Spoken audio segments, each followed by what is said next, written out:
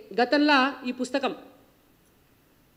పుస్తకం కిషన్ రెడ్డి గారు బీజేపీ రాష్ట్ర అధ్యక్షులైన తర్వాత పోయిన సంవత్సరం అన్ని మీడియా సంస్థలను పిలిచి రాజకీయ పార్టీల వాళ్ళను పిలిచి మేధావులను పిలిచి జర్నలిస్టులను పిలిచి ఉద్యమ నాయకులను పిలిచి కొన్ని వందల మంది సమక్షంలో హైదరాబాద్లో నరేంద్ర మోడీ గారు భారతీయ జనతా పార్టీ కేంద్ర ప్రభుత్వం తెలంగాణకు ఏం చేసిందో సవివరంగా పవర్ పాయింట్ ప్రజెంటేషన్ చేస్తూ కిషన్ రెడ్డి గారు 3 గంటల పాటు ఎక్స్ప్లెయిన్ చేసి ఈ బుక్ రిలీజ్ చేయడం జరిగింది.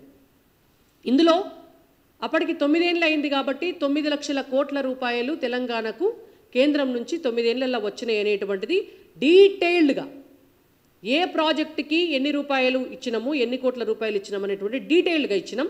ఈ సంవత్సరంలో ఇంకొక 1 లక్ష కోట్ల రూపాయలు ఎక్కువ వచ్చినాయి. మొత్తం 10 సంవత్సరాల్లో 10 లక్షల కోట్ల రూపాయల సొమ్ము తెలంగాణకు కేంద్రం నుంచి వచ్చింది. ఈ పుస్తకాన్ని గాంధీ భవన్కు రేవంత్ రెడ్డి గారికి మేము కొరియర్ చేస్తాం.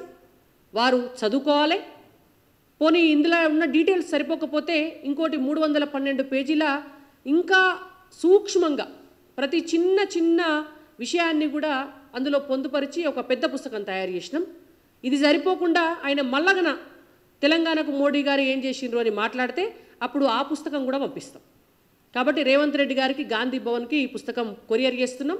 వారు చదువుకోవాలని చెప్పి మా విజ్ఞప్తి. అవాకులు చెవాకులు బంద్ చేసి 6 గ్యారంటీల పట్ల ఏం చేసినారో మీ 6 గ్యారంటీల పేరుతోటి ఉన్నటువంటి 16 హామీలు, దానికి సంబంధించి ఇంకొక అనుబంధ హామీలు ఒక 60. మొదలు ఆ 60 హామీల సంగతి ఏం చేసినారు? 100 రోజుల కాలం అయిపోయింది.